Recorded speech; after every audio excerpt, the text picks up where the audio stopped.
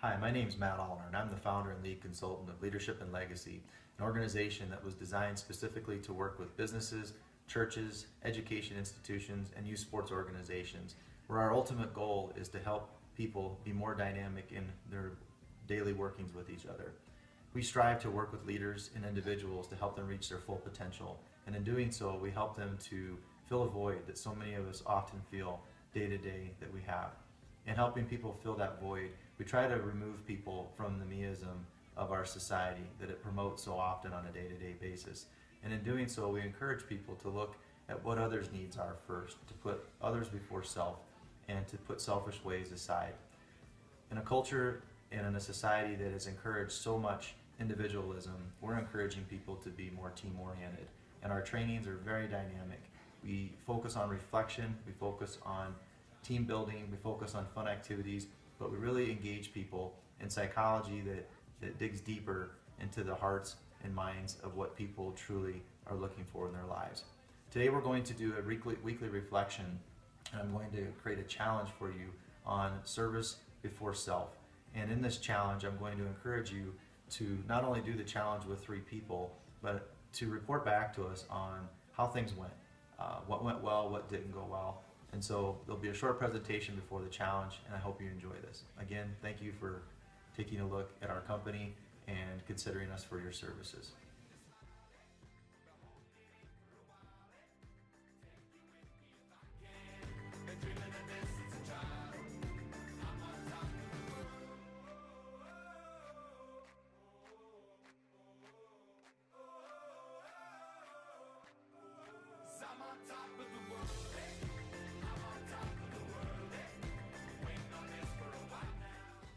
Our week 1 reflection is serving others before self. The guiding question for this reflection is, do you willingly and unselfishly serve others? To better introduce this focus question, let's take a look at what history has had to offer on the topic of service. Today in the world, everyone is scrambling for the competitive edge, whether it be athletic teams and athletes looking for an edge and angle against their opponents, or people in the corporate and working world looking to climb the ladder and looking for that edge to improve and beat their competition. There is no doubt that competitiveness is the one thing everyone is looking for to provide confidence and security for a successful future. However, what is the competitive edge? How do you define it? Is it a superior product, the right personality types for your team, or the willingness to do whatever it takes to get the job done, even if it means breaking moral and ethical codes to do so? Or is it how we treat others, whether it be coworkers, family members, and those we lead and are responsible for? Or is it how willing we are to give up our personal agendas to keep the team dynamic strong and the team a functional whole? Service has long been an emphasis dating back to biblical scriptures and times where people were encouraged to give up the life they had for a better one, which evolved around the concept of putting down one's life to serve others. The founding fathers of the United States also understood the value of service to the development of a democratic and free nation. They embraced it, as they understood that in order to build this nation, service to others would be a vital ingredient, and they used it to further help motivate and help others discover their God-given freedoms and rights to life, liberty, and the pursuit of happiness. When the United States opened the doors to immigration to begin the melting pot that we have today, many immigrants came seeking freedom from various persecutions, and upon arrival found service jobs as the avenue by which to move themselves to a better life. Today's society around the world has a very different perspective and outlook towards service. Many times, and oftentimes, people are resistant to providing service, especially community service.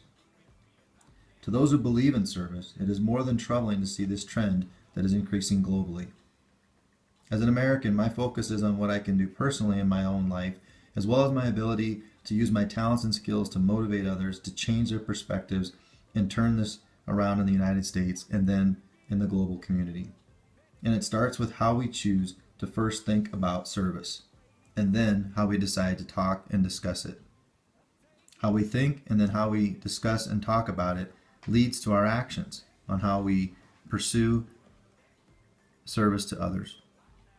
In reestablishing the value of service to our youth, the role of adults in this effort should be to support this positively and through meaningful and thought-provoking dialogue with young people.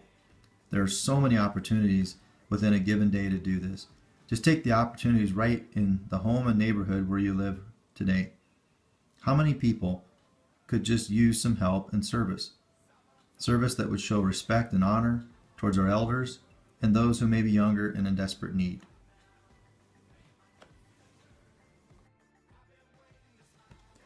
Okay, so here's the challenge. We're going to treat this more like a science experiment in that we're going to isolate a single variable and test it for results which we will then analyze for making a decision on how positive or negative the results were. So I would like you to do something helpful and nice for 3 people this week. To elaborate, I would like you to really pay attention to these people and find something they could really use as far as help. Maybe something they struggle with, something they seem overwhelmed or stressed and distressed with, or something they just don't care to do. But once you find this thing, just do it for them. No questions asked.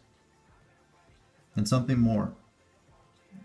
It's more likely that as you find the person and find their need, there's a very good chance you'll be inconvenienced at a moment when you're doing something that you really want to be doing. This will also be a test of willpower for you to stop and put down your agenda, or in other words, put down your life for someone else.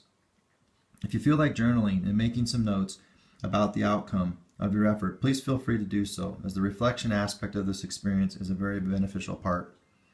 For the 3 people that you're going to choose, if you're an adult and you're working, have one of the people you choose be a coworker. And if you're a student in school, whether it be college or high school or younger, have it be a fellow classmate. But either way, choose someone that you're not friends with and who you don't know all that well. For the second person, choose a family member, a spouse, a parent, brother or sister, maybe a grandparent, or even an aunt and uncle. And then for the third person, pick a friend or a neighbor. And as you pick these 3 people, again, don't choose a person that you necessarily get along with all the time, and especially someone that you know too well. Choose a person that you have some friction or an irritation with from time to time.